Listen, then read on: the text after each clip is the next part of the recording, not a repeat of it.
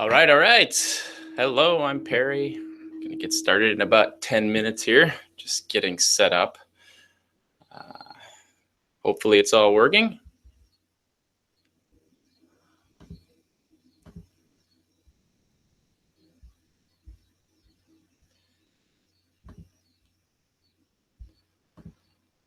You just get to see the behind the scenes stuff here.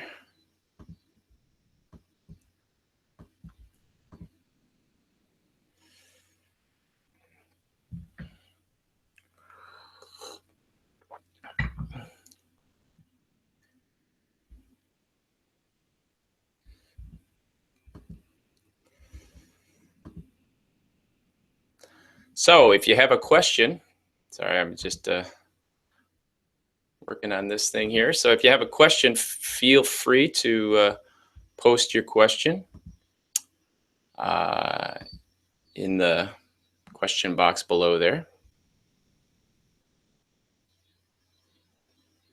Yeah, see, this is working here. All right.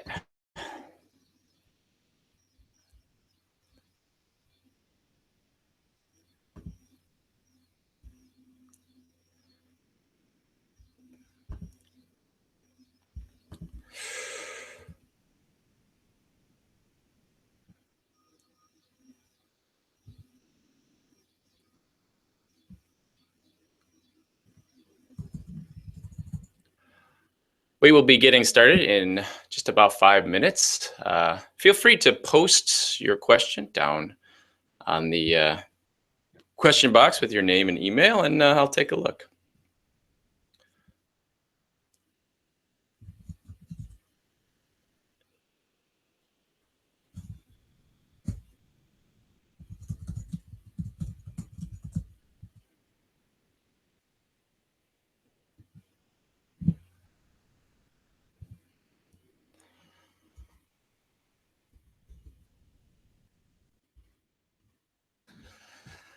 A little tricky here. We'll start in about 5 minutes. Now I got two computers here. This one there. So it gets to be a little complicated, this whole situation. Hopefully everything is looking good. The video quality works. Incidentally, if this doesn't come through clear here, you'll hear the audio. That should be fine. The video, hopefully that's good. I will also have the slides available. You can send me an email. That'll be at perry.romanowski@gmail.com. Just going to do a little quality control here while I'm going.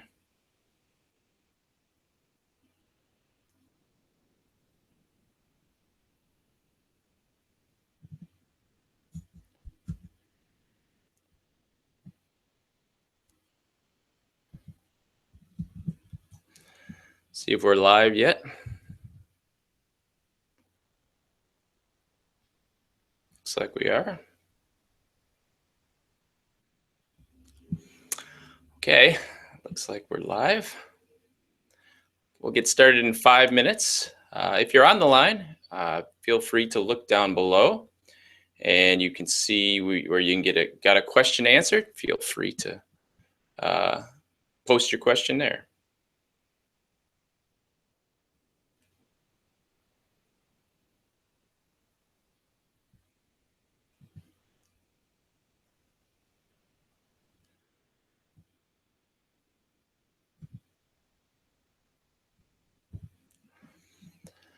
These get a little complicated, but we've got a huge number of viewers on here. We've almost 900 people are joined on, so we'll see how many people join. We'll see how this goes. It's always tricky. So if you have a question, it looks like we've already got over a few dozen people have already logged on. That's good. Hello, I'm Perry. If you want to leave me a message, you can do so in the box below. You can just put your question in there, put your email address, and let me know if you see any problems or you have any questions, feel free to post those questions now. We'll get started with the main thing in 4 minutes, according to my time.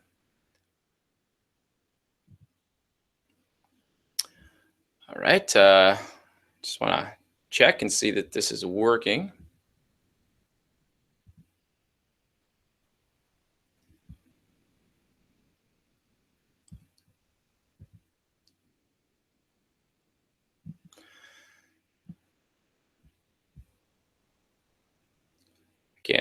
Can't tell if it's working. I think it's working. Hopefully it's working.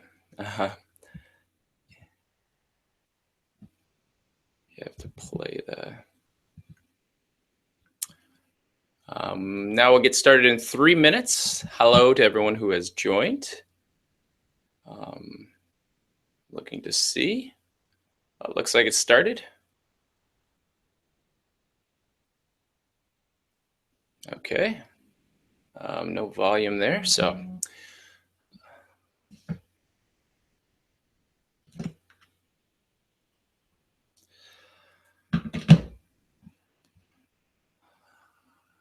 Gets a little tricky here. But we will start in 2 minutes. Feel free to post a question below this video. There's a question box, and maybe even just say hello so I know somebody's on the line. You never know with this technology.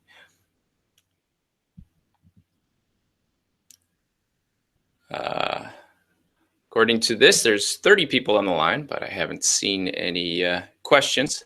So if you have a question, feel free to post a question, or just in the question box, just say hello so I know that you're there and you can see me. Hopefully this is working. You never know about this live technology. I will get started with the main presentation in 2 minutes. I can't tell if you're able to ask questions or leave comments.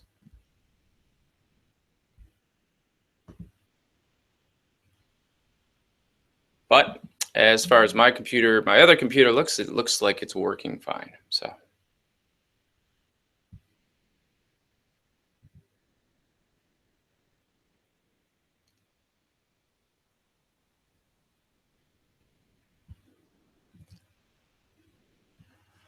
Okay, well, why don't we get started? Well, I like to start just on time, and it's at 1:59 right now. So I will be starting in 1 minute. Looks like we have 10 questions already. So let me go see if people are there. Okay, everyone's hearing me good. Hello. Video and audio are fine. Looking good. Okay. This is good. It's working. So thanks for that. So thank you, everybody. It looks like it's working. We've got Dawn here. Welcome, Dawn, and Maritas, and TJ is here. Thank you. It's good to have you on board. I'll get started very shortly. And if you have any questions along the way, feel free to post it there. I'm also going to make available the slides to this, and this is going to be recorded too. So if it gets long, well, you'll be able to watch it later. All right, it looks like it's 2 o'clock right now, so I'm going to get started. So hello, I'm Perry. Let me just get everything set up here. It's the so I'm Perry, and this is our cosmetic science webinar. I'm going to go through, I'm always experimenting with different ways to educate my audience, and I'm glad that you participated in this here. So what's going to happen is I'm going to have a presentation. During the presentation, you can ask questions. Just put your questions in the question box there. And after the presentation, I'll spend some time answering those questions. And if I don't get to your question during the webinar, I will reply to you with an email. So make sure that if you put a question in there, that you also put your email address. All right, so let's try to go to the main presentation here. a little screen share. First, we'll do this.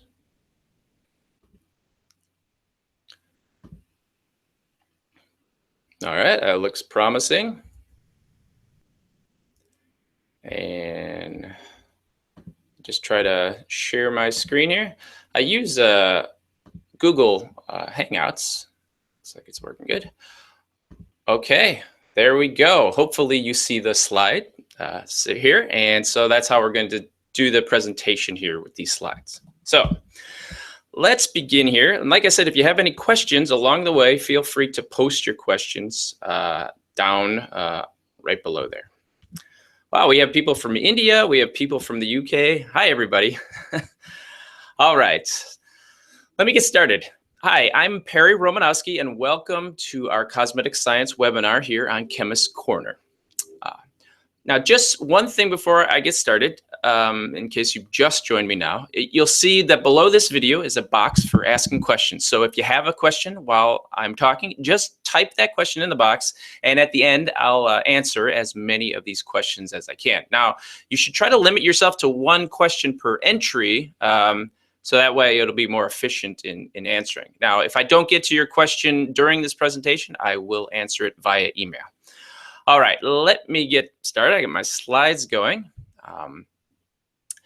So this webinar technology can sometimes be a little tricky, so please bear with me if there's some sort of technical glitch. Hopefully that doesn't happen. I've done a couple of these, but that you never know, and hopefully you're able to see the slides all right.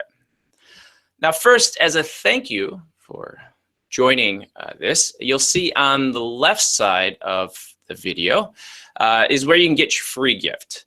I just thank you so much for joining on this unique webinar about cosmetic science. So I've put together this handbook of practical formulating tips that you should find useful. It's a collection of articles that can help make you a better, more effective cosmetic formula. There's a practical information about formulating, product evaluation, equipment, and even a resource section. It's actually over 100 pages of pure content, and it's yours free, so just go there and download it at your leisure. Now, all right, and next page here. Oh yes, and there's one other free resource I wanted to tell you about. This is our 30 Days to Become a Better Cosmetic Chemist audio course. There are 30 episodes of about 10 to 20 minutes long, and you can listen to them on any podcast playing device or just through your computer there. In this series, I cover information about a career in formulating, the cosmetic industry, cosmetic science, and more. It gives examples and exercises that you can do to incorporate the information that you learn into your day-to-day job. There is also a companion ebook available for purchase, and to get that free audio course, just go to the link that's right here in the slide, which is http://bit.ly/30 days. Okay, and next up,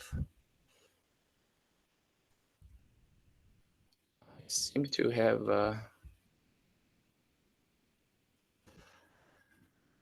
oh, it's the vagaries. There I am. So let me get back to sharing my screen here. All right, there we go. Okay, now, all right, before we jump right in, let me tell you a little bit about my background. I always had an interest in science, which led me to getting a degree in chemistry from DePaul University.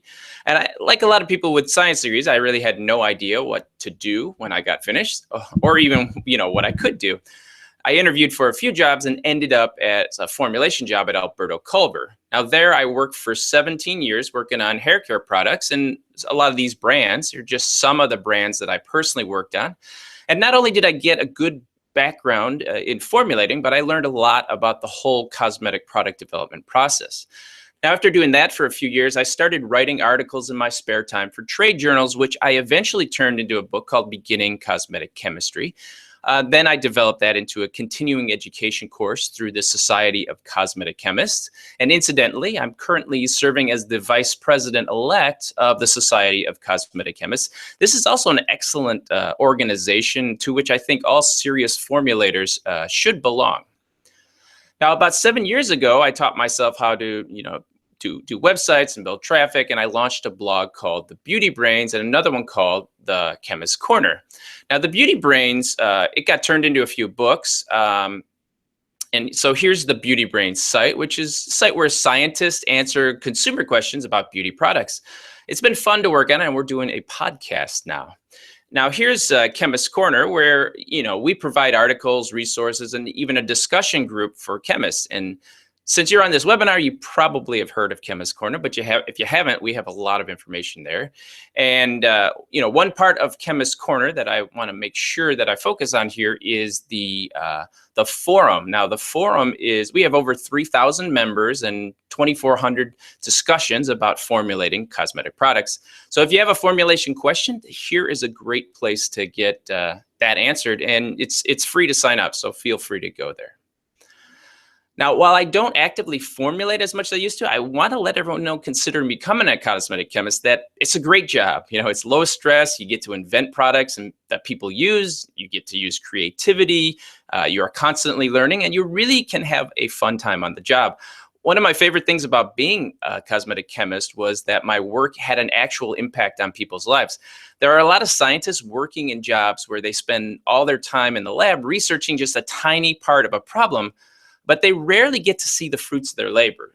As a cosmetic chemist and formulator, the things you work on actually get turned into products, and that's really exciting. Now, one more thing before I get to the main part. Back in 1998 or so, I came up with a 3-word mission statement to guide all of my presentations. So whenever I do a presentation, I try to hit on these points. They include educate, inspire, and entertain. Now, just to ensure that I get at least one of these accomplished, I will now switch back to my live feed and let's see what we got here.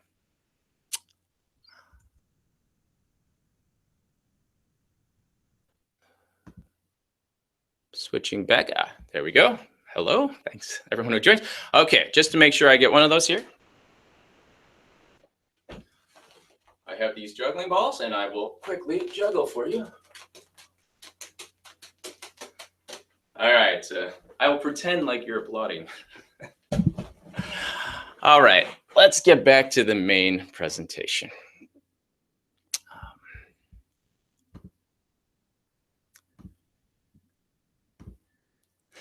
Hopefully that's working. If it's not working, send me a message via the questions. And if you have questions, see that the video is not clear. Stabilizing. Microphone is off. Okay, it looks like it's still working. So if these videos are not clear enough, I'm going to have the slides for you. I've tried to make the fonts really large too, so that all works fine. All right, let me get back here. Let's get back to the cosmetic science. Now, in an earlier video that I did, I previously talked about 7 things that cosmetic chemists needed to know about being a good formulator. And since that was only a short clip, I thought I'd use this time to expand. And if you stay to the end, I'm going to have a special offer for the practical cosmetic formulating course that's exclusive for people on this webinar. During this webinar, we're going to go over information about the cosmetic industry, a review of the 3 key types of cosmetic ingredients, the basics of surfactant science, the 8 key types of cosmetic formulas, a little bit about product testing and how to run a stability test, and a couple of tips for making prototypes.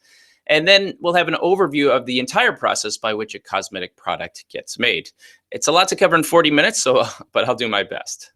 So let's just jump right in with one of the most important things to learn, and that's an overview of the cosmetic industry.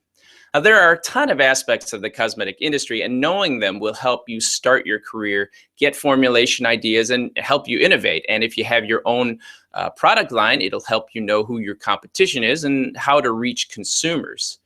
Now, to learn all about the cosmetic industry, it first makes sense to let you know what products are considered cosmetics. And while there are thousands of cosmetic products on the market, they really can be sorted into 5 distinct categories.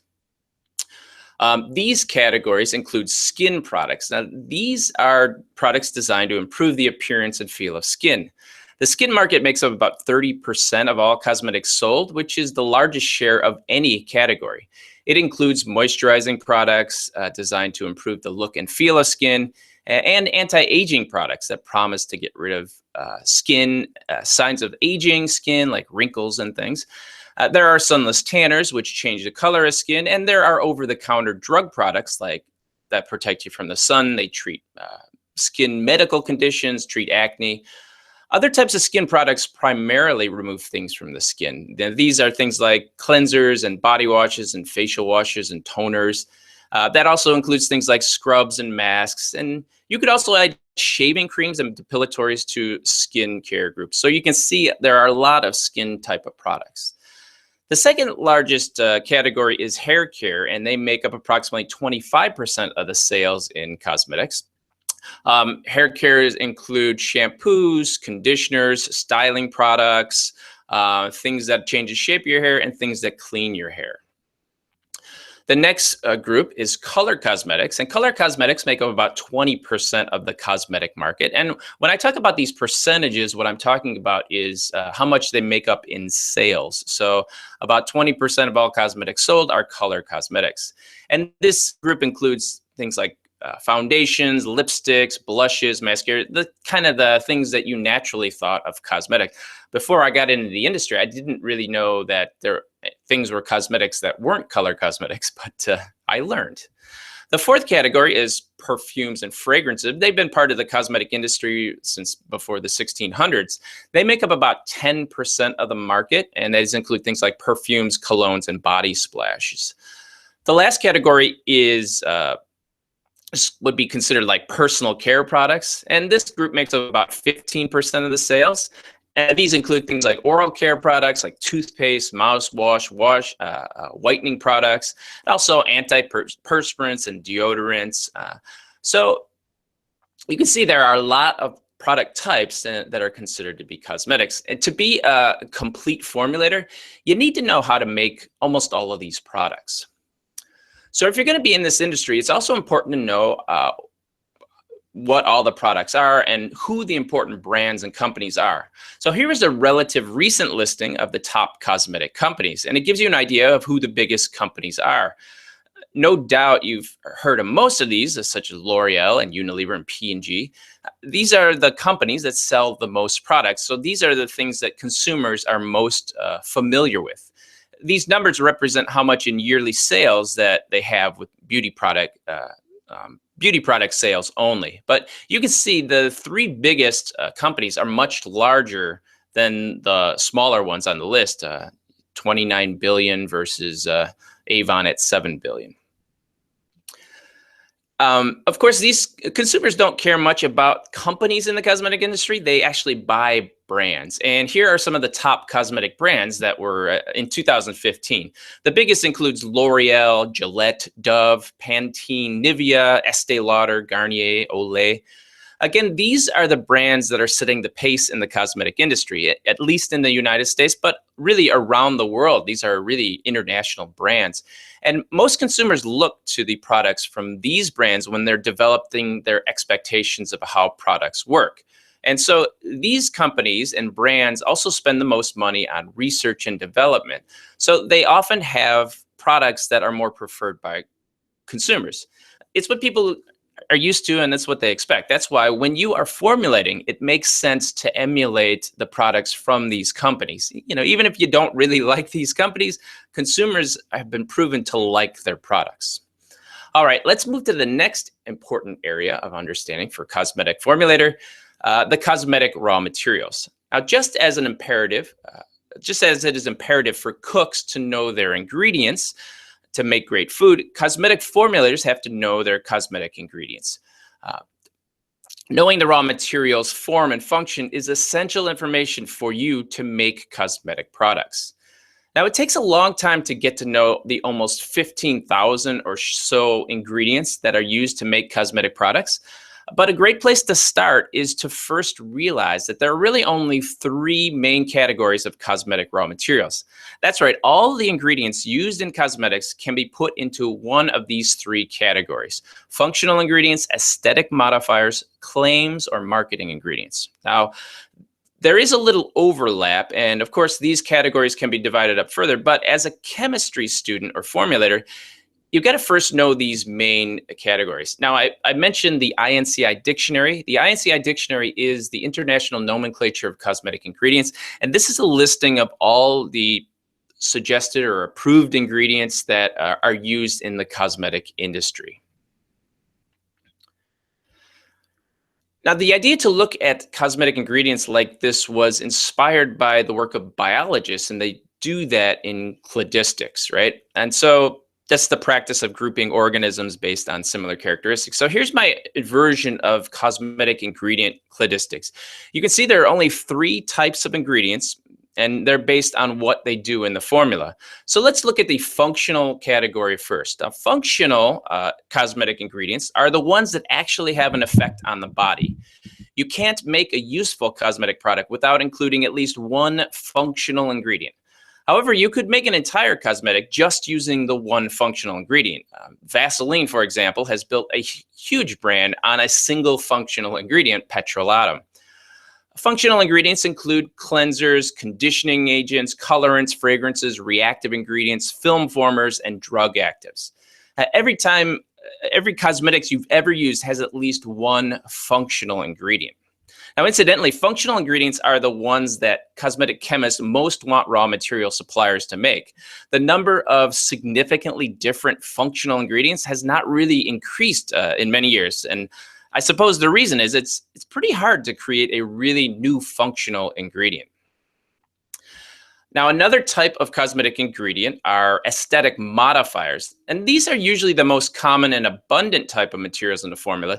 They help to make delivery of the functional ingredients more acceptable. These compounds help the functional ingredients spread, dilute the ingredients, and make them more stable, and they can improve the look and feel of the overall product.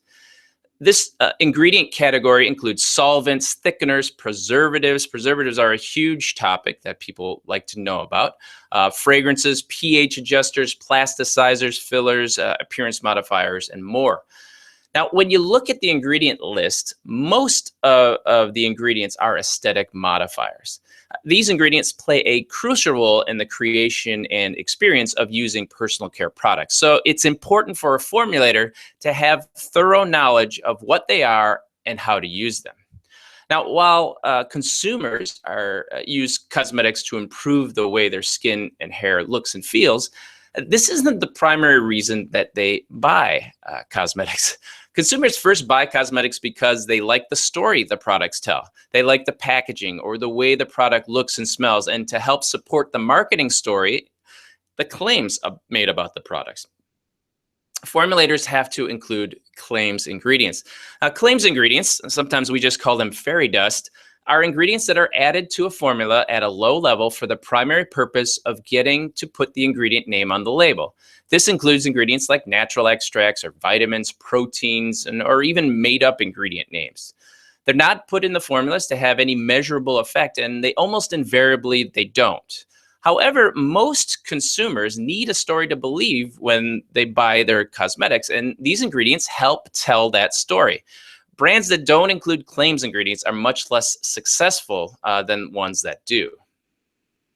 Now, this is just a high-level overview of the raw materials, and you can spend your whole career working with these things to truly understand how to put them together in a formula. But knowing the main categories and subcategories can help speed up your research and understanding of the science. In our practical cosmetic formulating course, we go into much more detail about the specific ingredients, including how, when, and why they are used. Now, to join the course, you can click on the link below this video. Hopefully there is a link below this video. I don't really know, but it looks like there is a link. So that's still working. You never know when you're running these webinars and you're doing them all by yourself. All right, I'm just take a little sip of my tea and continue. If you have any questions as I go along, I'm going to, after doing this main presentation, I'm going to answer questions, and we'll do that live. So let's move on to the next section. So speaking of science, this brings us to the third essential subject every formulator needs to understand. That's cosmetic science. And while you can do pretty well as a formulator, just knowing the raw materials, knowing the underlying science will put you in a much better position to create more innovative, functional, stable, and safe cosmetics. Now, there are a wide range of scientific subjects that a cosmetic chemist has to understand. Here are just a few of the numerous topics you need to eventually study: skin and hair biology, surfactants, oil chemistry, microbiology, toxicology, solution science, and it goes on and on. Of course, we can't go through all of these topics today in this webinar, but I thought I'd cover at least briefly as a key. And really, this is only barely discussed when you get a degree in chemistry from college. Let's talk briefly about surfactants and the science of them. Surfactants are one of the most important types of ingredients used in the formulation of cosmetic products. You'll find them in cosmetics ranging from body washes to skin lotions to eyeshadows and toothpaste, and almost every cosmetic you use contains at least one surfactant. Some commonly used surfactants include sodium lauryl sulfate, cocamidopropylbutane, and glyceryl stearate. The term surfactant stands for surface active agent, and this refers to the fact that in solution, surfactant molecules will migrate to the surface and align themselves in a manner which reduces the surface tension. The reason they behave in this manner is because of the way that their molecules are structured. A portion of the molecule is hydrophilic, which means it's water-loving, while another portion is hydrophobic, which means it's water-hating. You might also hear them referred to as lipophilic or lipophobic. Now, when a surfactant is mixed in water, the hydrophobic parts of the molecule align themselves as far away from the water as they can. Simultaneously, the hydrophilic portion of the molecule continues to be attracted to the water. This leads to a variety of different molecular arrangements, such as monomers, spherical micelles, tubulars, rods, lamellar sheets, bilayers. The exact structure really depends on the concentration of your surfactant that's in your solution. Now, normally when oil and water are put together, they don't mix, right? But they stay separate. And this is because polar materials like water are more compatible with other polar materials, while nonpolar materials like oils are compatible with nonpolar materials. This is the old adage in chemistry: it's like dissolves like. The unique surface properties of surfactants mean that they can be compatible with both the oil phase and the water phase of the solution. And this leads to a number of useful applications. So you can think of the surfactants are like the amphibians of the world, where they can be in both water and in oil simultaneously. And they're a unique molecule in that way. So why do cosmetic scientists like this? Well, for cleaning. First, surfactants are useful whenever you want to make something that's going to clean a surface. Water will remove all the water-compatible ingredients, but for nonpolar and dirt and oil, you're going to need a surfactant to help remove those. These surfactants are called detergents, and they're found in things like body washes and shampoos. And incidentally, surfactants have the added bonus of making foam. Foam actually isn't required to clean, but consumers like foam. So it's when you're creating cosmetics, creating a good foam is an important part of that. Now, emulsions, since the materials that are useful for cosmetics can be both polar and nonpolar materials, surfactants can be used to create a mixture that has both. When surfactants are blended into these mixtures, they align themselves in a solution to create these small particles we call micelles. And upon mixing, the particles are dispersed throughout the solution, and that creates an emulsion. Emulsions are the basis for nearly all creams and lotions. Another thing that surfactants do is moisturizing. They can attach themselves to the surface of skin and hair and then improve the way the hair looks and feels. And so they are frequently added to moisturizing and conditioning cosmetics. Hair conditioners and skin moisturizers usually contain one or more of these types of surfactants. We have aesthetic modifications. Typically, people who use cosmetics want them to be thick or opaque and easy to spread. And so for cosmetic formulators to create these effects, surfactants such as fatty alcohols can be used. Preservatives, some surfactants can actually have a antimicrobial effect. They can disrupt the cell wall structure, and which means they're able to prevent the growth of microbes. So this makes them useful as preservatives. Now, there aren't a lot of surfactant preservatives, but they do help with preservation, and so sometimes they're used. So as you can see, surfactants have a wide range of application in cosmetic formulas. The technology has not changed much since the late 1960s, but cosmetic raw material manufacturers continue to make improvements and in the future, surfactants promise to be less irritating, more efficient, and produced from more sustainable starting materials. In the Practical Cosmetic Formulating course, we cover surfactants and many more cosmetic science subjects in much more detail.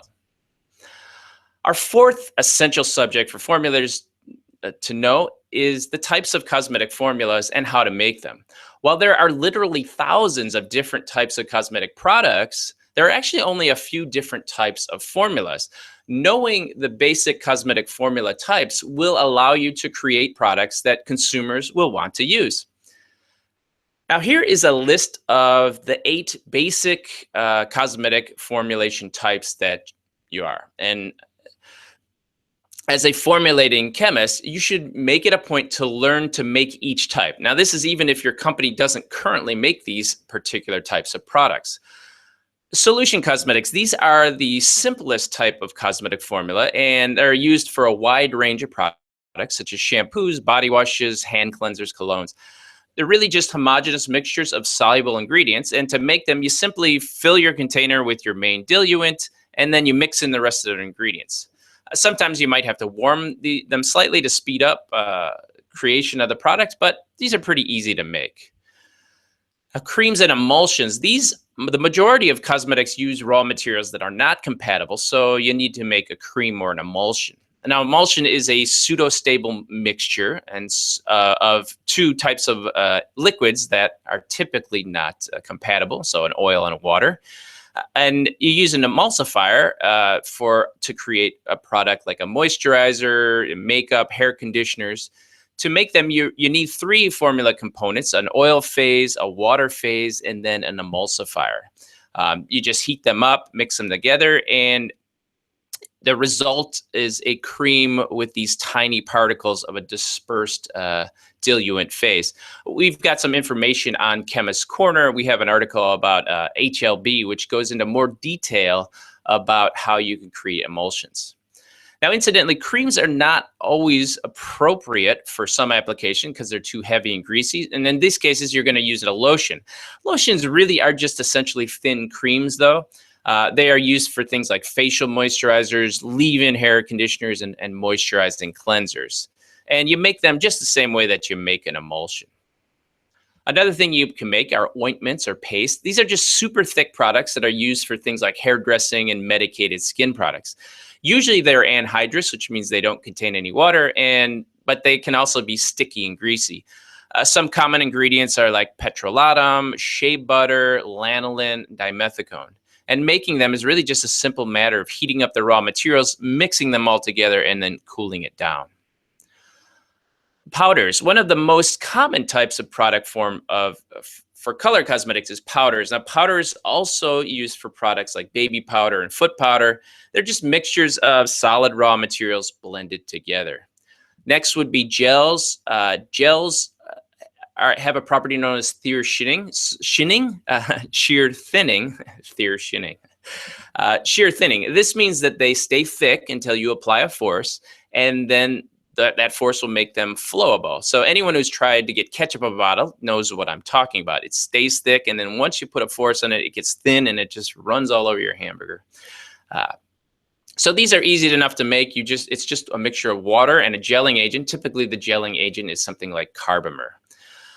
Now, sometimes you need to create a product that you don't want to touch, and for that, we use stick products. Things like lipsticks and underarm deodorants are examples. The way sticks are made is that you just use solid materials, you heat them up to melt them, you mix in your things like colors and fragrances, and then when they cool, they'll either take the shape of a mold that you put in or just take the shape of a package. Now, the final one is aerosols, and aerosols are made more, they're more packaging than a specific formulation type. Now, you could actually create an aerosol out of almost any of the formulations we've talked about thus far. Um, Aerosols are essentially any cosmetic delivered from a pressurized can. They are composed of a concentrate and then a propellant. You first make the formula as you would any other cosmetic, and then you fill it into the can. Then you can seal that can and pressurize it. Now, recent VOC regulations, VOC stands for volatile organic compounds, they've reduced the use of aerosols in a lot of cosmetic products. In the practical cosmetic formulation course, we give you the working formulas breaking down exactly the type of ingredients that go into each of these formulations. All right. Thank you so much, everyone who's joined. If you have a question going along the way, feel free to post it in the question box below here, and I will answer them at the end of this presentation. I just got a little bit more in the presentation, and we'll get to the questions. But before I get on to the next segment, I want to take a moment to dispel some myths about cosmetic chemists. Here's what people typically imagine folks in the lab look like, but I'm here to demonstrate that this isn't true. Here's an actual picture of a cosmetic chemist at work, just right here, and you can see why we had a lot of fun back in the lab back in the old days. All right. Let's get to the fifth essential of cosmetic formulating, and this is product testing. There are a number of different types of product testing that you can do as a formulator, and they have to be done with pretty much any product that you're going to sell. The various types of testing include QC and QA, stability testing, microbial testing, safety testing, packaging testing, claims testing. That's a lot of testing. And then, of course, you need the equipment to do all this testing. A lot of this testing is actually, if you're a manufacturer, it's sent out to be tested by an independent testing house. And so you don't have to buy all this equipment, but if you have a complete chemist formulating or a cosmetic formulation lab, then you'll want to have a pH meter and a viscometer. Now, knowing how to test cosmetics ensures you make high quality, safe, stable, and legal products. We explore all of these further in the practical cosmetic formulating course, but let's dig a little deeper into the topic that I get asked most about as far as testing go, and that's stability testing. Stability testing is essentially it's an experiment that's designed to predict the longevity, predict the life cycle of your product. It's supposed to determine how long your product's going to last, and unfortunately, a lot of products don't last very long on the marketplace. Now, stability testing is simply an experiment in which you create a batch of your formula, you put your samples at different environmental conditions for a set period of time, and then you test it to see if there have been any significant changes. The conditions will vary in temperature and light levels and are meant to simulate what would happen to your product while it's out there on the market. At select intervals, you evaluate your samples for various physical and chemical performance differences. Then if your formula is the same essentially as when it started, then you can essentially say that your product has passed stability testing.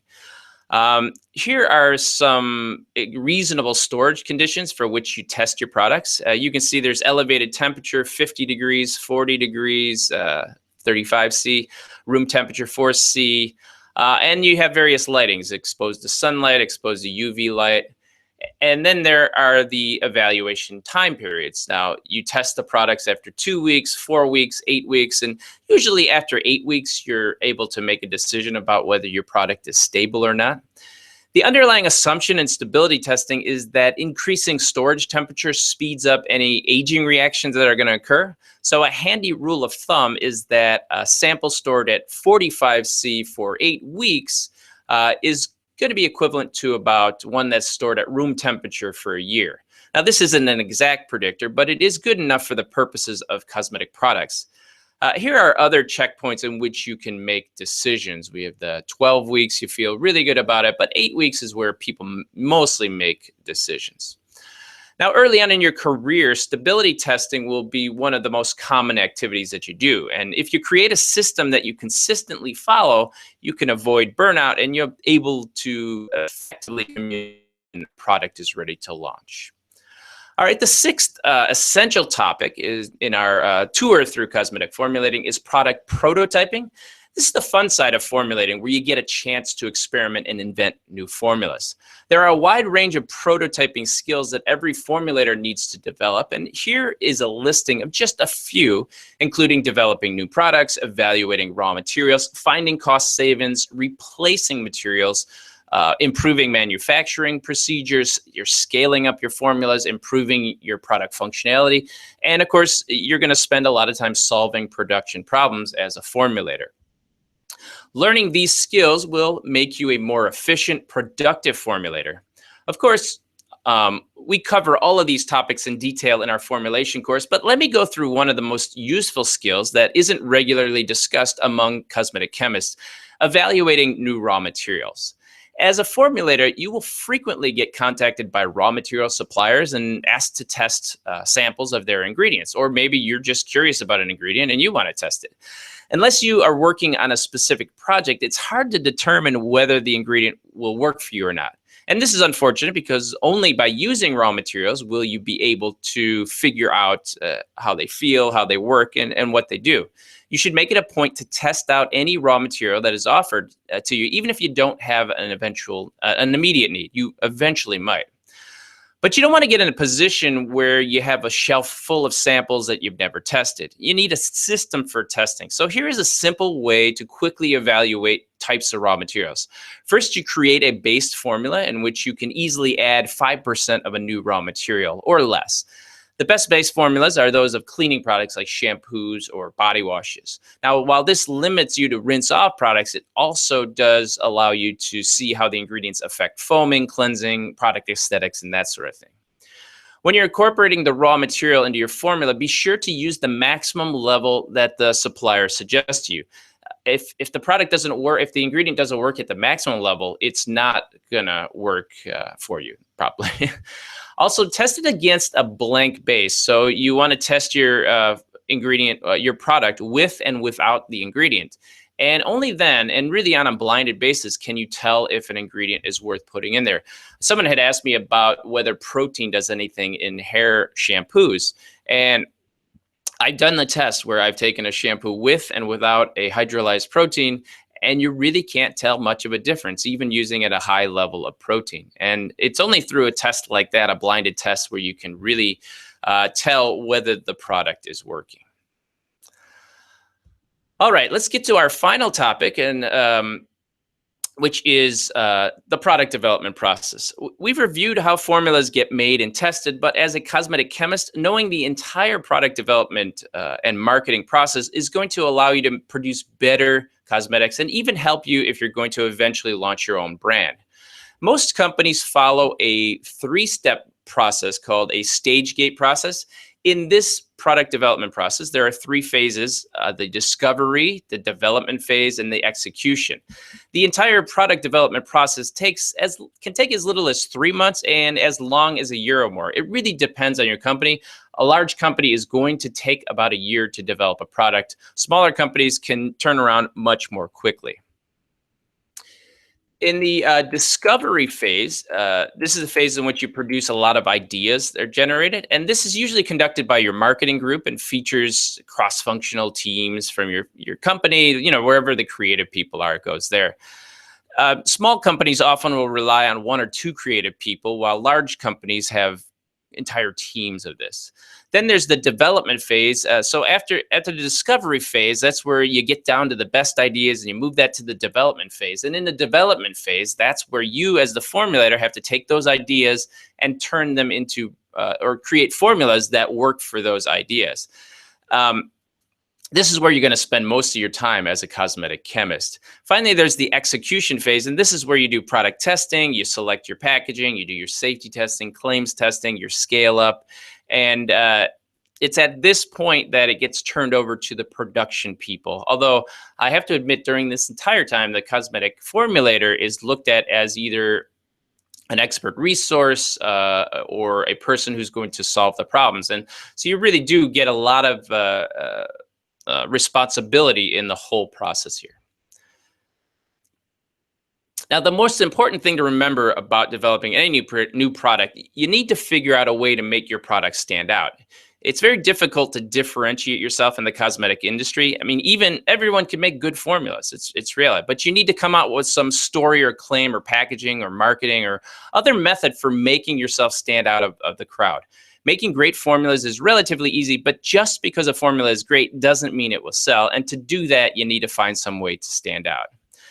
This is not only true of launching new products, but it's also true of your cosmetic formulating career. Taking a course like the Practical Cosmetic Formulation course is one way that you can learn all you need to know to get started and to make you stand out when you're trying to break into the cosmetic industry.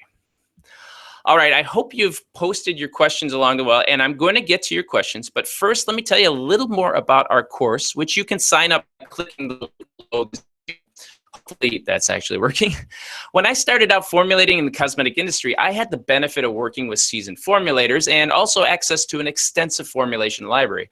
But I know most people are not in that situation, and that's why we developed the Practical Cosmetic Formulating online course. It can be taken by anyone, anytime, and anywhere. It's suitable for anyone starting out and who wants to learn how to create safe, stable, and effective cosmetics. In the Practical Cosmetic Formulating course, we've taken these 7 things that every expert formulator must know and expanded on them to provide you with all the information needed to create cosmetics like a professional cosmetic formulator. By completing this course, you will know how to create nearly every kind of cosmetic formula.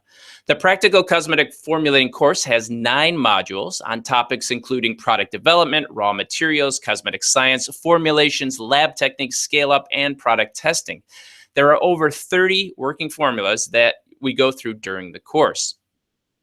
And the modules for the course are just the beginning. As a student, you will be able to have the ability to ask any formulation questions at any time and participate in our regular live Q&A sessions.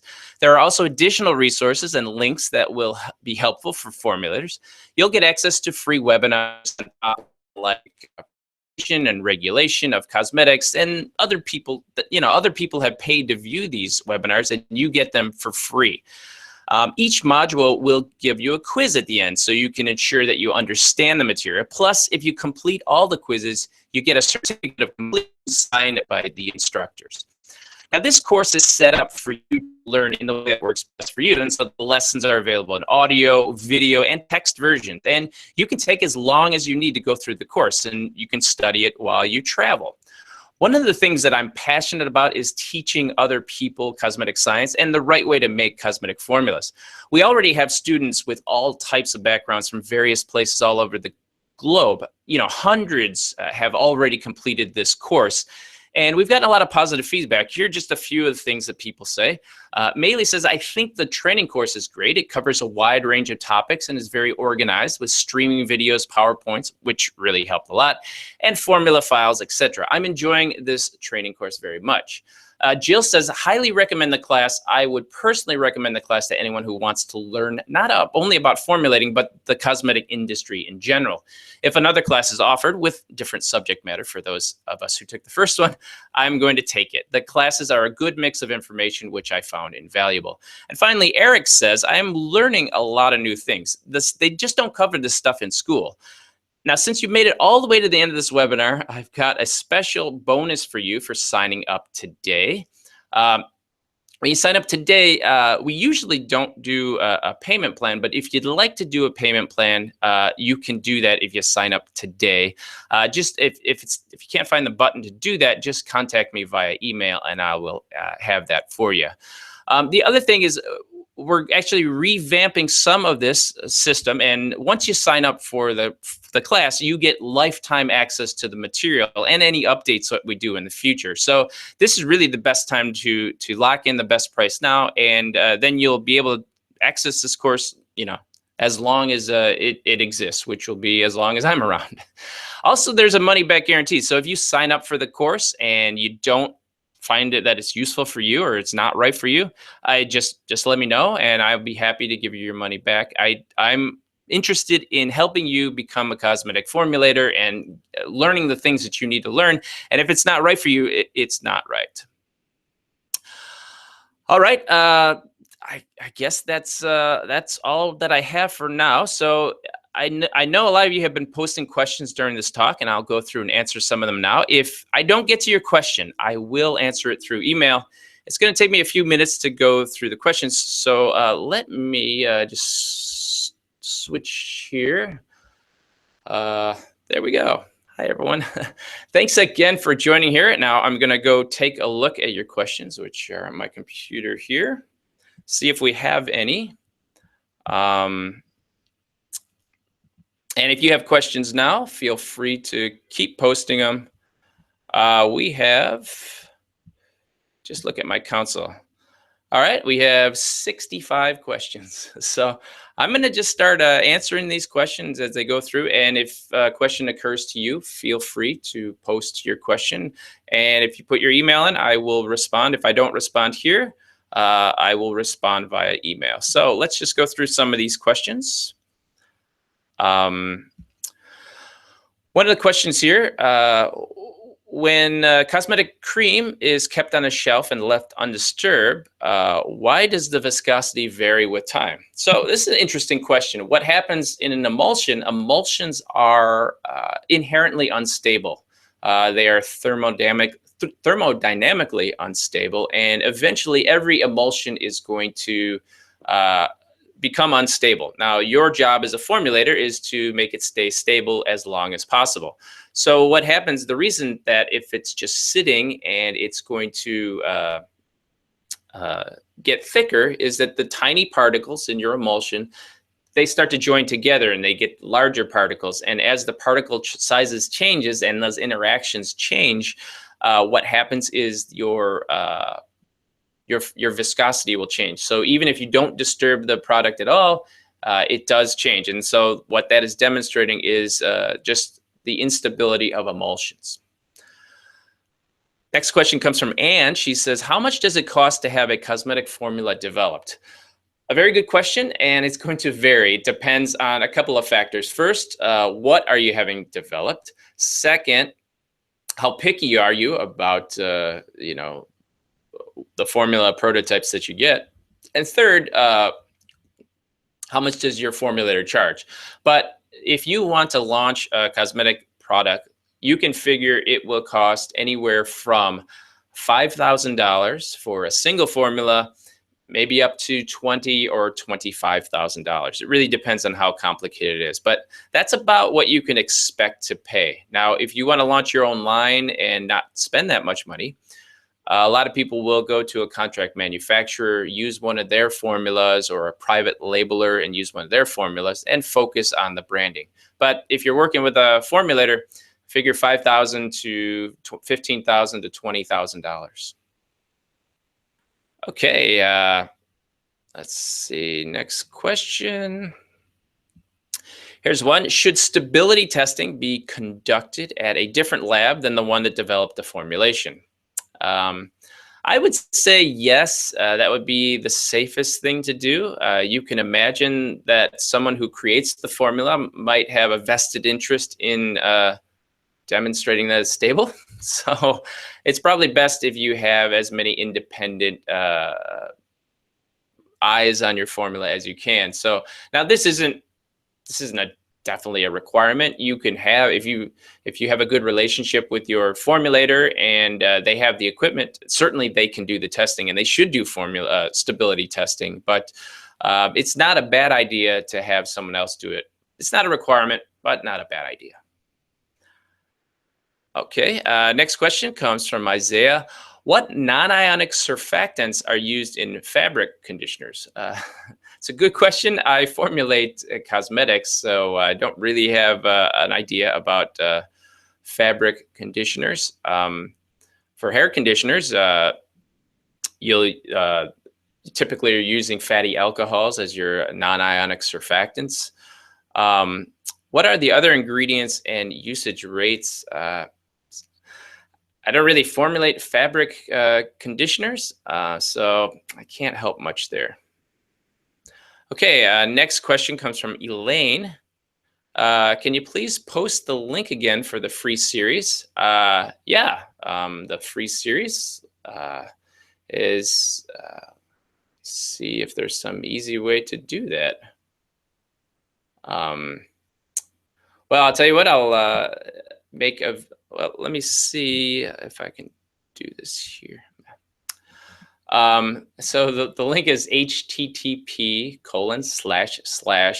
if you go to chemistcorner.com, on the front page, look for 30-day series. Just click on that.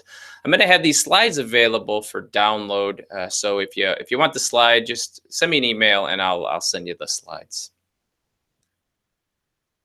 All right. Next question comes from Katia. Could you explain the difference with an example, please, between secondary and primary surfactants in a shampoo? Formulations with SLES primary surfactant. So SLES would be a primary surfactant in a shampoo. So a secondary surfactant would be something like cocamidol propylbutane or loramide DEA. Those are put in there not to be the main surfactants, which are providing the cleansing and the foaming. They're in there to provide a difference in feel, a creaminess to the foam, and just to also affect the thickness of the product. And so cocamidol propylbutane is probably the most common secondary surfactant for things like sodium lauryl sulfate and sodium lauryl ether sulfate. Another question, how you could understand by touching test that a cream product is good and well formulated. So is there a way you can just touch a cream and know whether it's formulated well? That just takes experience. You've got to touch a lot of cream formulations, but it's actually hard to know. The one main thing you can do is if you touch a cream formula and you feel a little grain, it's grainy, then you know that's not good. Or if it's too heavy and waxy, it's not slick, then you'll know there too. But it's just something you have to develop over time to understand. Rita says, wow, you've got good juggling talents. Thank you, Rita. Yeah, I'm a bit of a juggler. Okay, here's a question from Britt. I've seen so-called high-end cosmetic companies be very minimalistic in claiming every ingredient is proprietary. But when you go to Health Canada's cosmetic labeling requirement, there are a lot of hoops to jump through, including ingredients in proper botanical names, written in English and French, hazards and cautions. It's not obvious, and someone might sue you. Why do these only apply to small companies and larger companies can get away with basically claiming everything is proprietary?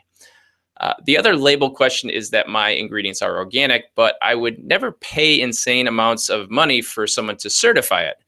You can buy anything if you have enough money. I do want to use the word organic on my labels, but is that okay as long as I don't claim certified? Thank you so much. Couple of good questions here. First, you're Canadian based, but I know in the United States, big companies don't put proprietary on their formulas. You can, Procter & Gamble, L'Oreal, Unilever, you can look at all of their ingredient lists. They don't hide anything. So that's not really a problem in the United States.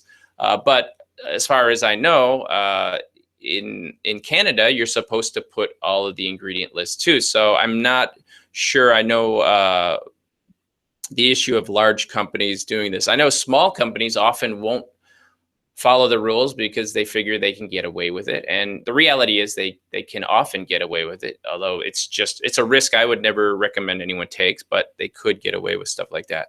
Now, as far as using the term organic, I don't know the laws in Canada, but in the United States, if you're going to sell something with the word organic on it, there's no law, no federal law that prevents you from doing that. However, the FDA says that you have to follow the USDA guidelines for organic labeling of cosmetics. And under those guidelines, You can't use the term organic unless you've had it certified by somebody who's, officially able to certify organic cosmetics. Um, and the problem with you just putting it on your label is that in California, if you use the word organic on your labeling, they have a law in which you get fined. And there are lawyers who just go around California looking for people who use the term organic, and they're not USDA certified, and that can be a real problem. So it's a risk. I wouldn't recommend taking it.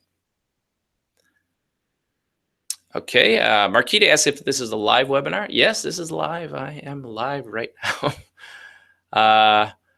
Ahmed says, hello, I've started a small cosmetic company and Moroccan argan oil based, and I'm having problems finding formulators or chemist techs. I need to educate myself to formulate, so I need proper educating. How do I do that? Not online. If you're not going to take an online course, you can look through your local IFSCC group, so the International Federation of Cosmetic Chemists. They often will have live courses, and so you can do that. But beyond that, it's difficult to find actual reliable formulation. That's why I started the online course, because it's hard for people around the world to get this information. Next question comes from Rob. How does petrolatum interact with or affect the skin's natural chemistry? Well, petrolatum is what's called an occlusive agent, and what it does is it coats the surface of the skin, and then as the water naturally tries to evaporate out of your skin, it prevents that. And so then the water gets trapped in the surface of your skin, and it's that trapped water that moisturizes your skin. That's why petrolatum is actually one of the best moisturizers that you can use.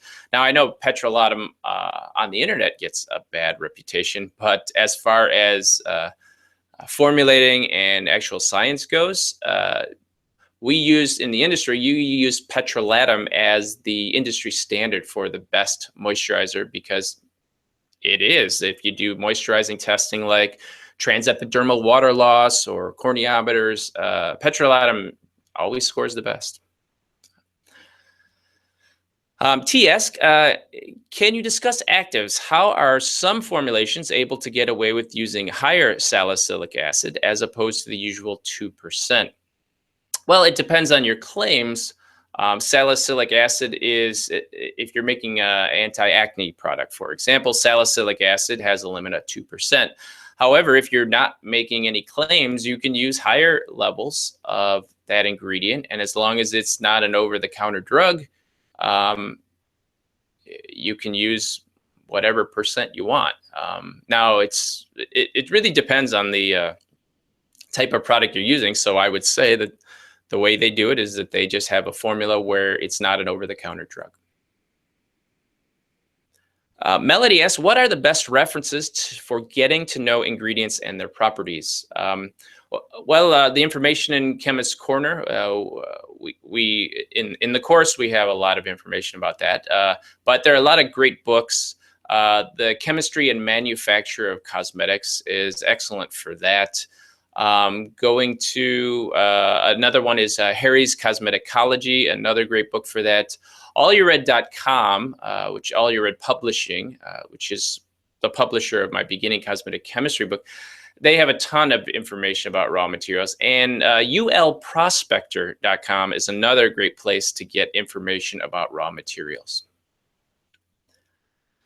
Faz asks, hello, Mr. Perry. Some of the cosmetic products show a huge list of components used for its manufacture. I wanted to ask whether these companies really do add each and every compound in the formulation.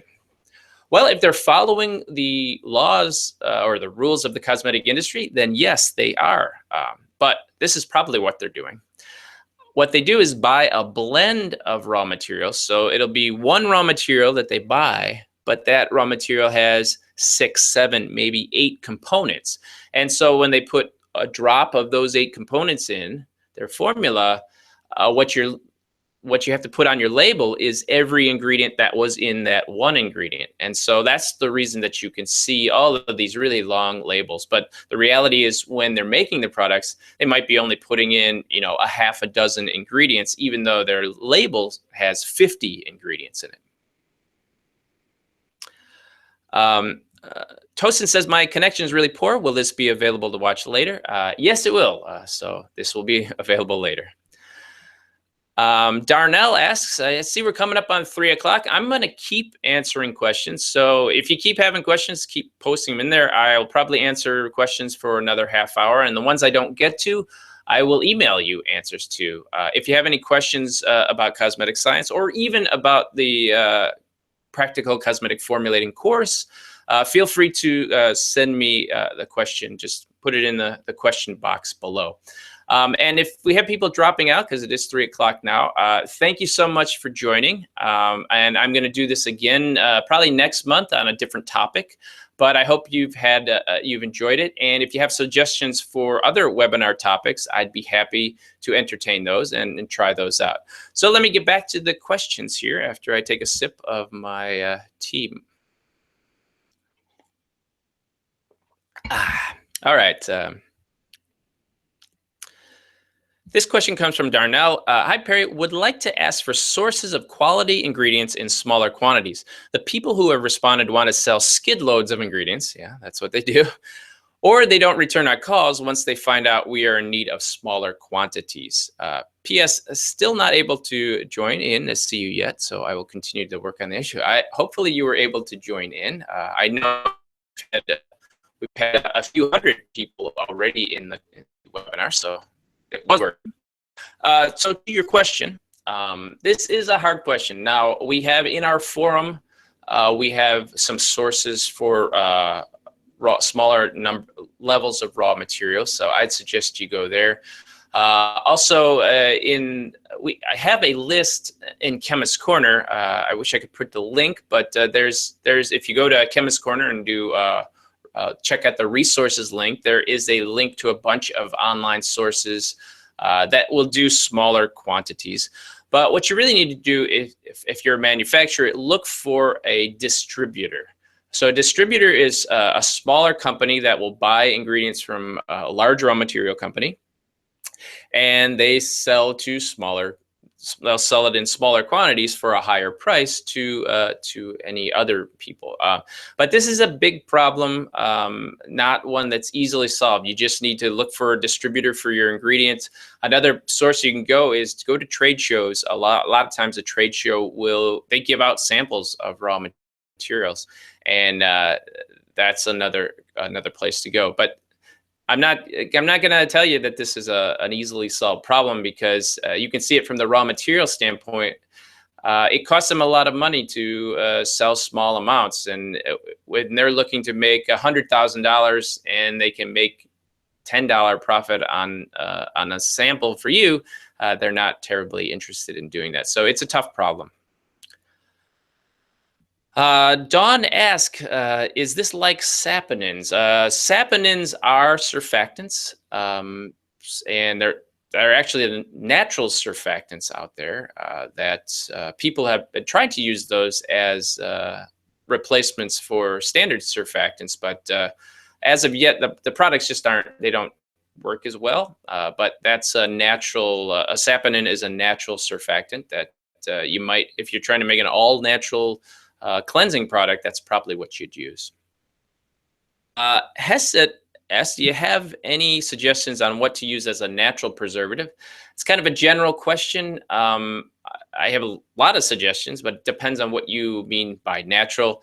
But most people are using phenoxyethanol, or they're using an organic acid like benzoic acid, sorbic acid, potassium sorbate, things like that. So it really depends on the formula that you are creating and what you consider to be natural. Some people think phenoxyethanol is natural, other people don't. Next one. Annie says, can you please give me an example of surfactants used as antimicrobial opacifiers and thickeners? For thickeners, For example, if you use cocamidal propylbutane and sodium lauryl sulfate, blend them together, add some salt, that's going to thicken it up. So in that case, the surfactant is responsible for the thickener. For opacifying, it's things like cetyl alcohol, stearyl alcohol, glyceryl stearate. These are all surfactants, and they can all opacify your system. And as far as antimicrobials go, something like benzalkonium chloride, while it's a conditioning ingredient, it can also have antimicrobial effects. That chlorine piece does actually have some microbial killing properties. So that's the kind of thing you'll see. Marina asks, please, I'd like to know what are the basic instruments and materials that I should buy for a home-based small production. I'm a beginner and I like natural formulas. I have in that 30 days free course, there's actually one episode, I think it's episode 9, which goes through exactly all the basic equipment you need for a lab. So you'll need a mixer, you need a scale to weigh your things, you'll need a hot plate to heat things up. You'll need to test things like a pH meter is something that's really important to get. Viscometer is another useful thing. And then, of course, you need the containers like beakers and glass jars and that sort of things. But once you get, and then, of course, your raw materials. And so once you get all of that stuff, you're on your way to creating your own lab. But check out episode 9, day 9 of the 30-day series, and we talk more specifically about that kind of thing. Gloria says, would you ever consider actually making these products? This is very important for us non-college trained cosmetic scientists. I'm sure those who need it will pay for it. So I haven't been taking on any formulation jobs, but maybe I will in the future. The challenge I have is that I don't have ready access to a lab every day. And so I've kind of gotten away from creating new things, although I do have access to a lab. So when I need to make formulas, and I think one of the projects that I'm working on for next year is a video series showing you exactly how to make different formulas. We go through that in the course, but this would be, I'm kind of thinking like a cooking show, but instead of making omelets, I'd be making gels and that sort of thing. So look for that next year. So I would consider it, but just not. Laura asks, when combined ingredients that need to be heated and properly combined, is there a temperature recommendation? My temperature recommendation is you should go 10 degrees Celsius higher than the melting point of the highest melting point of your ingredients. So if you're using cetyl alcohol, for example, which melts at 55 degrees Celsius, you should heat your batches up to 65 degrees Celsius at least. Typically, you're going to use something like glyceryl stearate, and that has over 60 Cs. So you're going to do your batches up to about 70 to 75 degrees Celsius. So that's kind of a good standard, but it really depends on what your raw materials are. Roshana asks, how do you choose a preservative? Well, that's a good question. There are a lot of, sorry, her name is Rosina. Sorry. How do you choose a preservative? Well, that's just going to depend on what other ingredients are in your formula. For me, the things that are most effective are parabens and formaldehyde donors. So things like DMDM hydantoin, imidazolinediol urea, and methylparaben, that sort of thing. But if you're formulating in a place that doesn't allow you to use those things, then you'll have to use something like phenoxyethanol, benzoic acid, sorbic acid, and that sort of thing. Benzyl alcohol. So there's a wide range of preservatives. We cover all the different preservatives in the course, but I couldn't tell you just use this preservative. Now you'd have to see the formula, and you'd have to have to also try different preservative systems. When you're formulating, you really want to use 2 or 3 different preservative systems and see which one is going to work the best at the best price. So that's kind of how you choose. Rita says, how about the equivalent shelf life at 750C? How many weeks? People like to go faster. Yes, you're going to be under a lot of pressure to go faster, make decisions about stability testing faster. So at 50C, there's not really any standard. The problem with 50C is you're getting really close to the melting point of your ingredients. And so the things that happen at 50C aren't really indicative of what's going to happen at room temperature over time. And so, but if you want to say 50C, maybe 6 weeks at 50C is going to go out to a year. That'd be my guess, but it's only a guess, and it's probably not going to be right most of the time, but it might be right sometimes. So that would be my guess. I wouldn't recommend that though. Okay, bunch of questions. I'll just keep answering them. If you keep having questions, feel free to post them. I'll go at least probably till 3:30 answering questions, as long as you have them. If I don't get to your question live, I will email it to you, your answer. Valerie says, I'd like to know, how is a dry shampoo different from a regular shampoo, a no-rinse shampoo in terms of formulation, a dry shampoo versus a regular shampoo versus no-rinse shampoo. I've seen dry shampoos in powder form, aerosol form, and no-rinse shampoos in liquid form. Thanks. Great questions. So dry shampoo is different from regular shampoo in that a dry shampoo has no surfactant, right? So a regular shampoo has a surfactant and water, surfactant, and it's pretty much your shampoo. But a dry shampoo is it's essentially cornstarch, and it's not a surfactant, it's a powder. And so you put the powder in your hair, and then the starch absorbs oil from your hair, and then you brush the oil out. And in that way, you clean your hair in a dry manner. So the difference is that there's no surfactants, there's just oil absorbing powders. For the no rinse shampoos, those are actually diluted versions of a non-ionic surfactant. PEG sorbitan laurate, for example, you just have a diluted version of that, so it'll foam up, it'll get your hair wet. There is also humectants in there, and so that way it becomes almost a leave-in conditioner, but you put the no rinse shampoo in it. It gets your hair wet, and then you can dry your hair. And as you're drying, that absorbs the surfactant off of there, so your hair doesn't get weighed down. And so in that way, it can clean your hair. At the same time, it's just a much more dilute version of a regular shampoo. Actually, a dilute version of a baby shampoo would be a good no rinse shampoo. So hope that clears that up. Thanks for the questions. Here's Janine. She says, thanks for the webinar. I'm having a hard time dealing with packaging suppliers. Some take 5 or 6 months to give quotes. There you go. Others even refuse to quote, give samples, and MSDS for testing. This is true of the industry, unfortunately. If you find a good source, you stay working with them, because there are a lot of bad sources out there. So do you have any suggestions? Well, I think the biggest suggestion is to get a one-on-one personal contact with someone at the company.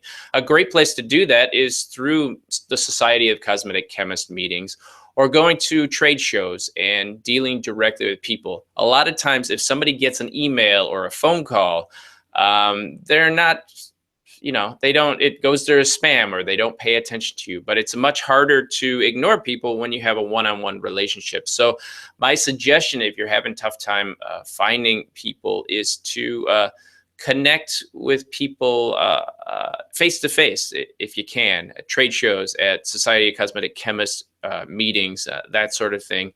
You have a much higher chance of people actually taking you seriously than if you're just an email. A lot of those will just go into the spam folder, and they never even see them. Rita asks, is there a formula or a computation in determining the shelf life depending on the oven temperature during stability? And how does it relate to temperature zone where a product will be distributed? Well, I give you the the rough calculation, 45C equals about at 8 weeks equals about 1 year at room temperature. It's only rough, and it, it doesn't really relate to different temperature zones. You have to guess what your product is going to be exposed to. And so stability testing is not an exact science. It's kind of a close thing. And so it's not exact science, but you just have to do it. And, it's often correct. So that's a lot of times you're going to find that your product, got shipped from Alaska to Arizona, and it went from freezing to 100 degrees in one day. And if your formula is good, it'll last through that. If it's not, it'll probably separate. Candace asks, what is the typical income for a cosmetic scientist? What's the employment percentage? Good question. I know that in the Society of Cosmetic Chemists, there are about 4,500 members. Okay, and so if you extrapolate and say at most we're going to have 3 times as many, so maybe 15,000 cosmetic chemists around the United States. Now around the world, maybe triple that. Maybe there's 100,000 cosmetic chemists around the world.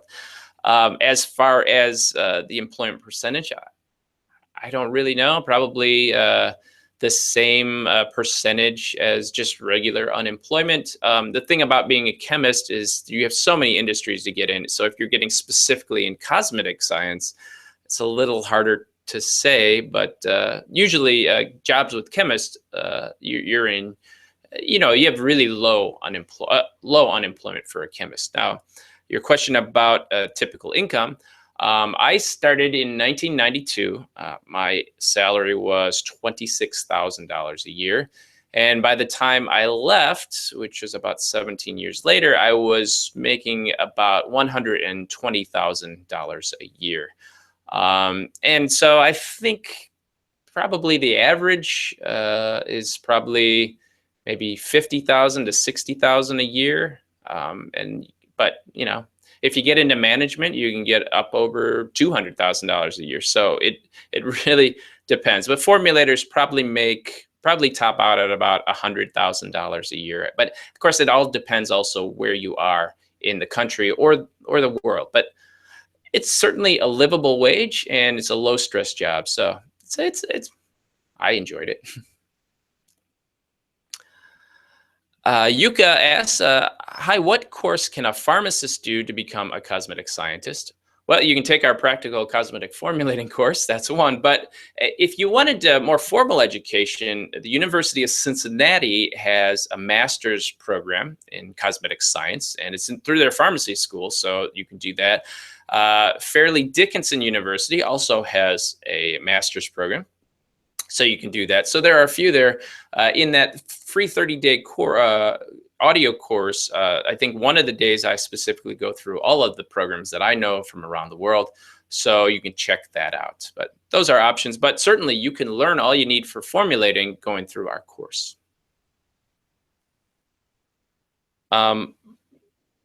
Marites asks where I'm going to buy labels. She wants to know where to buy labels. You go through Google. If you go through, just look up cosmetic labels. I know there are a bunch of places that will have labels that you can print. Often when you're working with a contract manufacturer, they will already have a label supplier, and you can work directly with them. So, I mean, it really depends on what you're doing. Valerie says, is currently the popularity of argan oil just a fad? Yes, I believe it is. There's no evidence that argan oil in hair has any superior benefits. And in fact, if you look at the argan oil products, the thing that makes it work is silicone. So you'll see dimethicone, dimethicanol, cyclomethicone. And then at the bottom is a little bit of argan oil or Moroccan oil. So that's actually not the thing that's doing it. The argan oil is just a marketing gimmick there. What is it about argan oil, and why is it currently popular? I don't know why it's popular, but it definitely is. It scores well on the internet. It has a good story, but there's nothing about the ingredient that is responsible for making it popular. It's just It's just good marketing, I guess. Aaron asks, how can we test for sulfate-free claims? Our sulfate-free surfactant contains sodium sulfate as a byproduct. Uh, there's analytical tests that you can run. I mean, I haven't done analytical chemistry in a while, but you can do something like a HPLC column and test for see if there's a sulfate, right? Um, yeah, if you have a sulfate-free surfactant that has sodium lauryl sulfate as a byproduct, then you probably can't call it sulfate-free. Make that claim. Although if you can get your supplier to assure you that it's sulfate-free, then you could probably make the claim. So, next question, Ashley. Awesomeness, Perry. Thanks, Ashley. I appreciate all your skills, juggling included. Thank you. Play the ukulele too.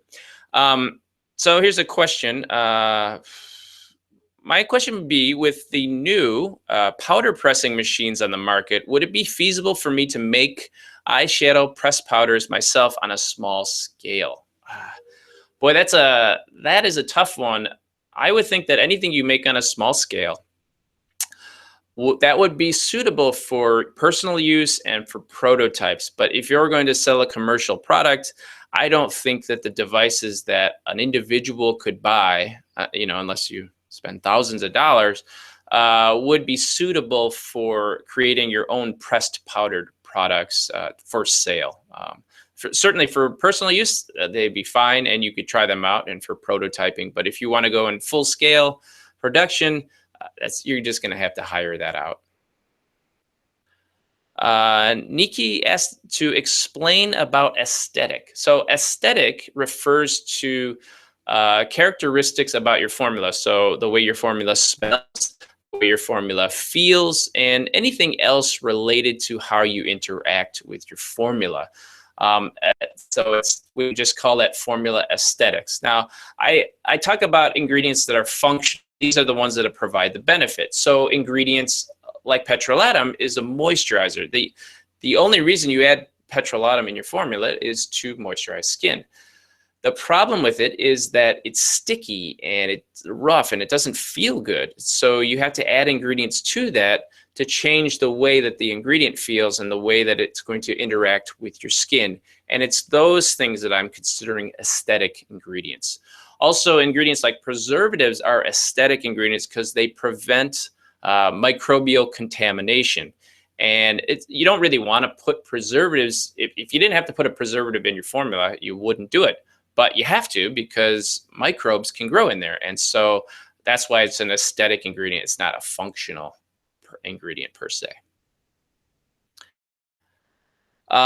Terry, can you speak to DMAE as a skin tightening agent and in your insight as to how effective it is? Not sure I know DMAE as skin tightening.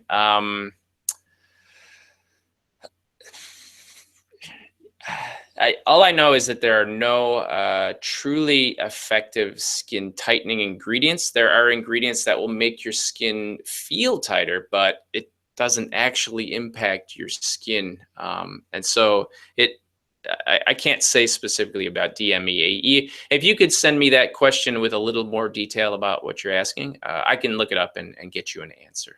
Thanks.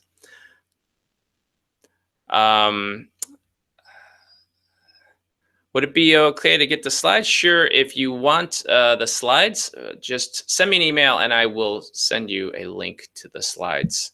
Next time I do this, I'll just put a link in the thing there.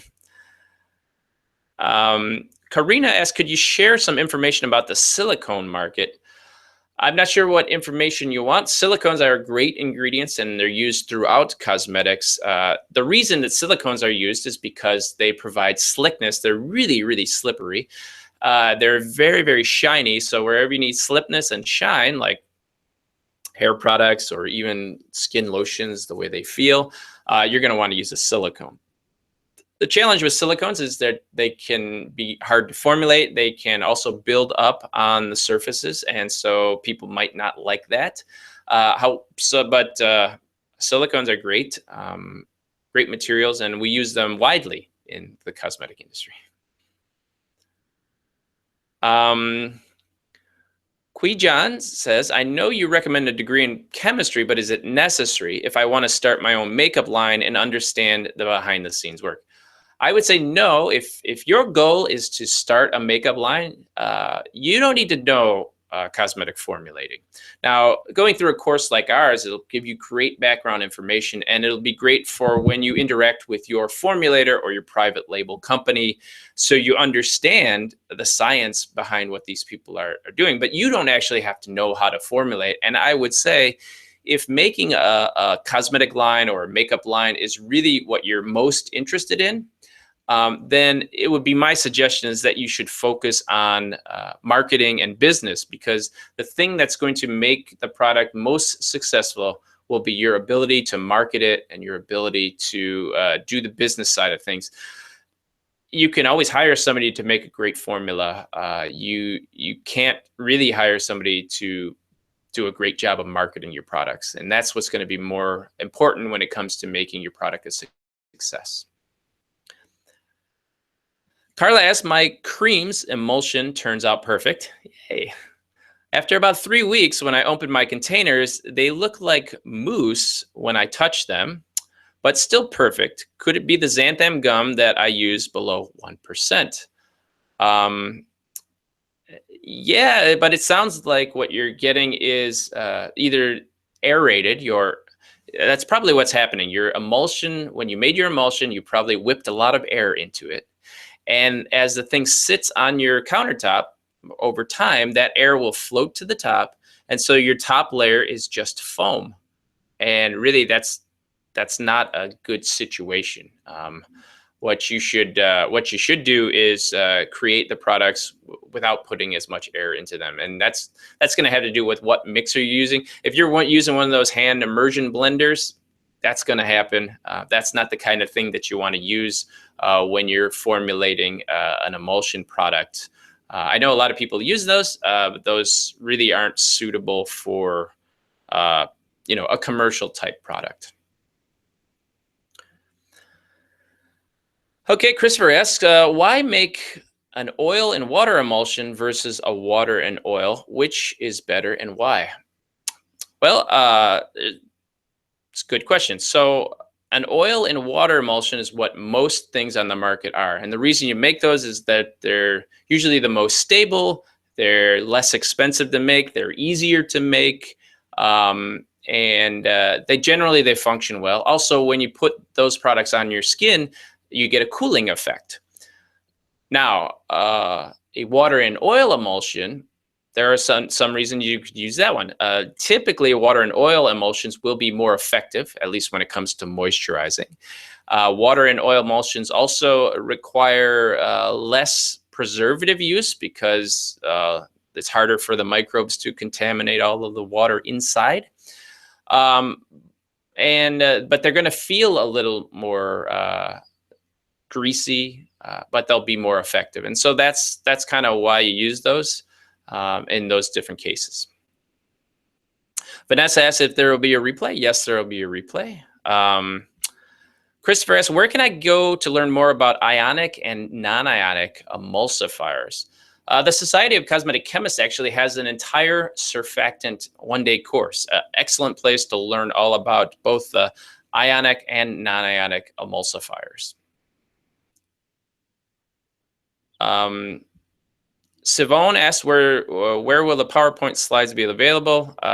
Just send me an email and I will send you the slides.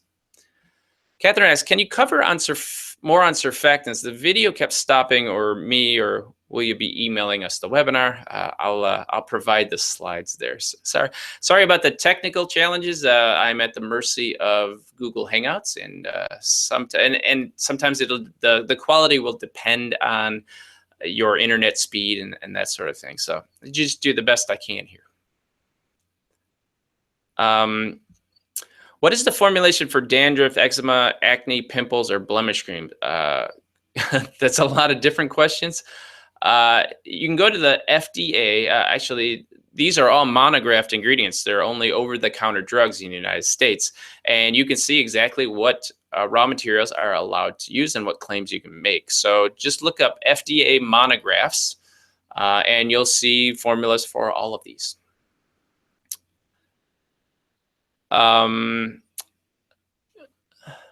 Next is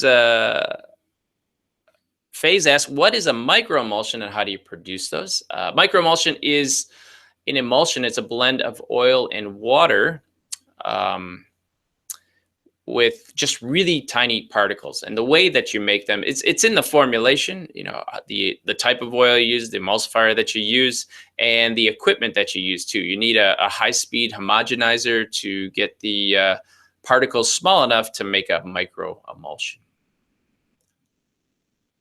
Rita asks, how do you control the viscosity of your shampoos and body wash if it drops over time without adding salt? Well, if you don't want to add salt, then you need to use a thickener like xanthan gum or hydroxyethyl cellulose, or even a carbomer is another way that you can do that. So there are a variety of things you can use. Salt is the easiest, though.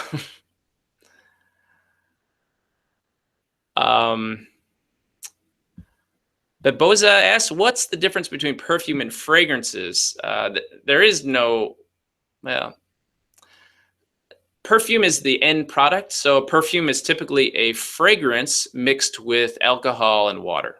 That's a perfume. Fragrance is the oil that gives you the odor. And so fragrances go into perfumes, but fragrances can go into shampoos, into conditioners, into skin moisturizers, into all these other things. So fragrance is the raw material, perfume is the end product. Although I should say in the outside of the United States, parfum is the labeling for fragrance oils. So it's a little confusing. All right, we're an hour and a half in here. I've got a few more questions. Let's see. Catherine says, how much would it cost to have a product line be certified organic if it's made in Canada? I do not know the pricing of that. Where should I go to have it certified? I would contact the Natural Products Association, the NPA. They probably can connect you with people who can certify. Yeah, that would be my suggestion for that. You might also put this question in our forum, chemistcorner.com/cosmetic science talk, and we could have somebody answer it there. Mary says, what's a good substitute for mineral oil for people that are sensitive to that substance? It's surprising if someone is sensitive to mineral oil. It's one of the least sensitizing ingredients, but if you are sensitive to it, other options, coconut oil, various types of oils. It really depends on what your application is. But I would look for a natural oil, soybean oil, sunflower seed oil, that sort of thing as a substitute for mineral oil.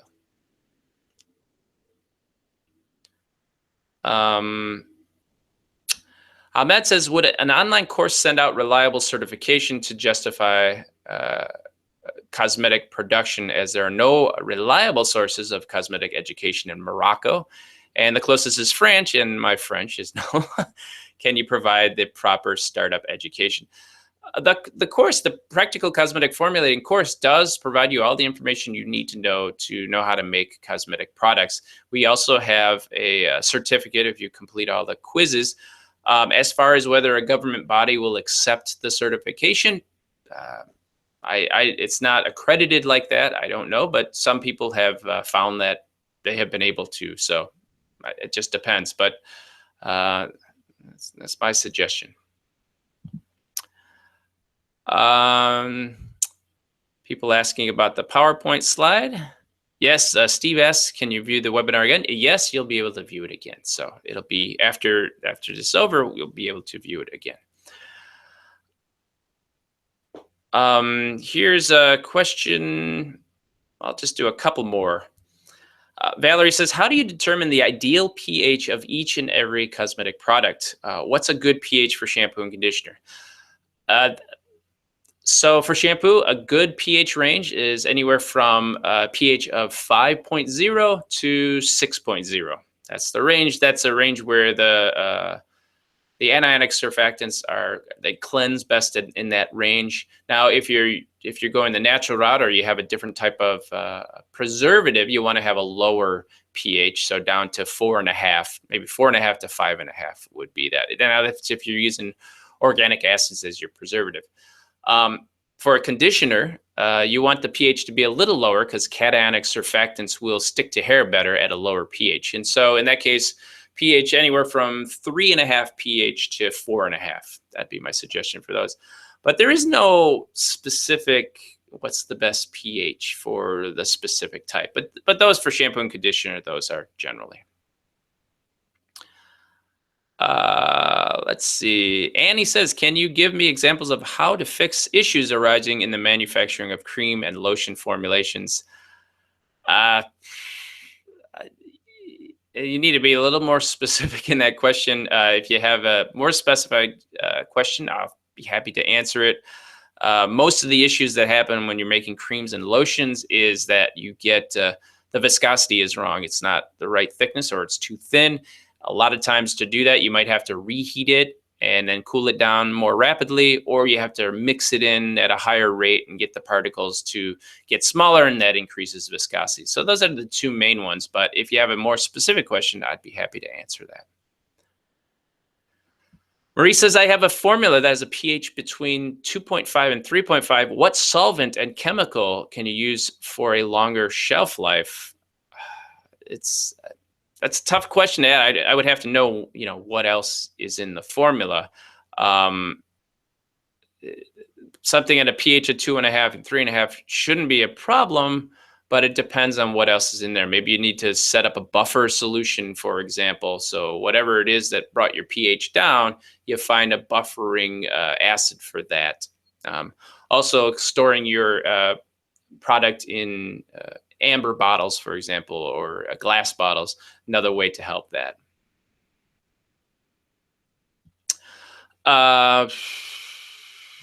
Janine says, hi, Perry, I'm learning tons through the Q&A. Good. I'm glad you're finding the Q&A helpful. My question, what are the steps involved to have a plant extract introduced as the new INCI ingredient? You have to contact the Personal Care Products Council, the PCPC.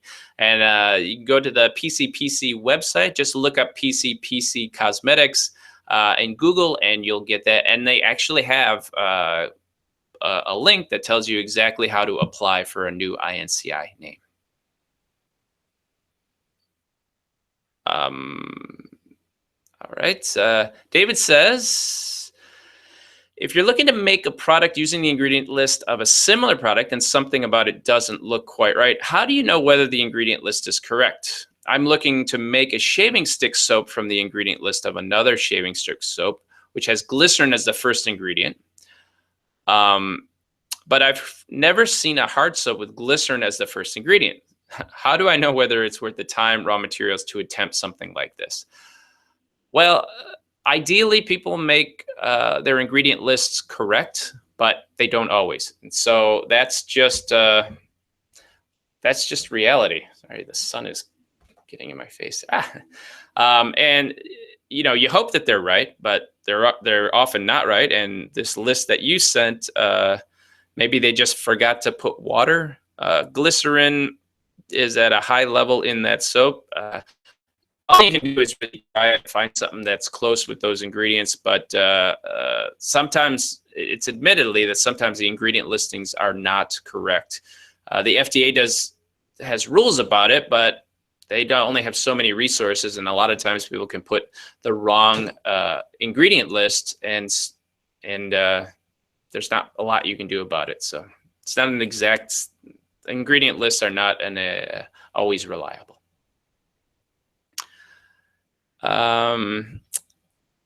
Okay, just a couple more questions and we'll be done. Valerie says, is it necessary or beneficial to add fixatives to perfumes and cosmetic products? Would adding a fixative enhance, let your product smell good for a longer period of time? Fixatives will help if the product is a leave-on, so that could help. So the answer is yes, it can help, but it really depends on the formulation that you put it in. Ashley says, is not personally manufacturing small batch eyeshadows more of a health issue or more of an equipment issue? Um, well, anytime you put something around your eye, it certainly could be a health issue. But if you're creating your products under reasonably clean conditions and you're using ingredients and you use a preservative, I don't think it's as much a health issue. The big problem to me with creating your own eyeshadow products is having the proper equipment to blend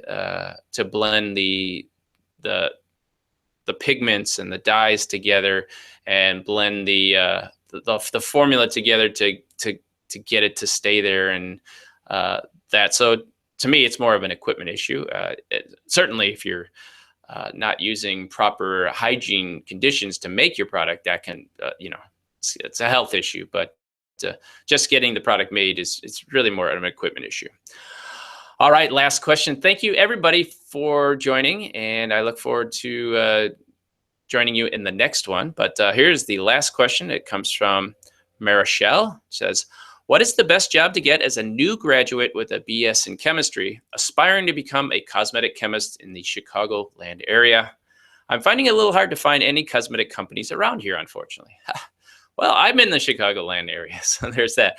I would suggest you first go to our next Society of Cosmetic Chemists meeting. Go to midwestscc.org. You can find information about the next meeting. There will be lots of companies there or people there who work for companies, and you can find about possible job opportunities there. But one of the ways that I know a lot of people that I work with got their jobs is they started as temp workers. So they were at lab temps, for example. That's in the Chicago area. And they got placed with contract manufacturers, or they got placed at our company. And eventually, a lot of those people did become cosmetic chemists.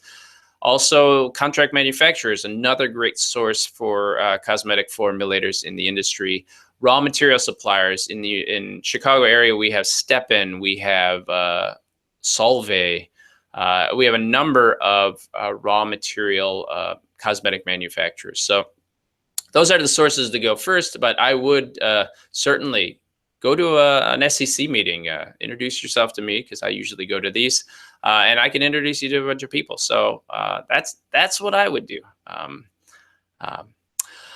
All right, that brings us to the end of this session. Thank you so much, everyone who stayed on. I see we still have over 50-something people on the course, on the call. So thank you. I hope you found this helpful and useful, and I'll do this again. Please feel free to send me some suggestions for future topics, and I hope you found this helpful.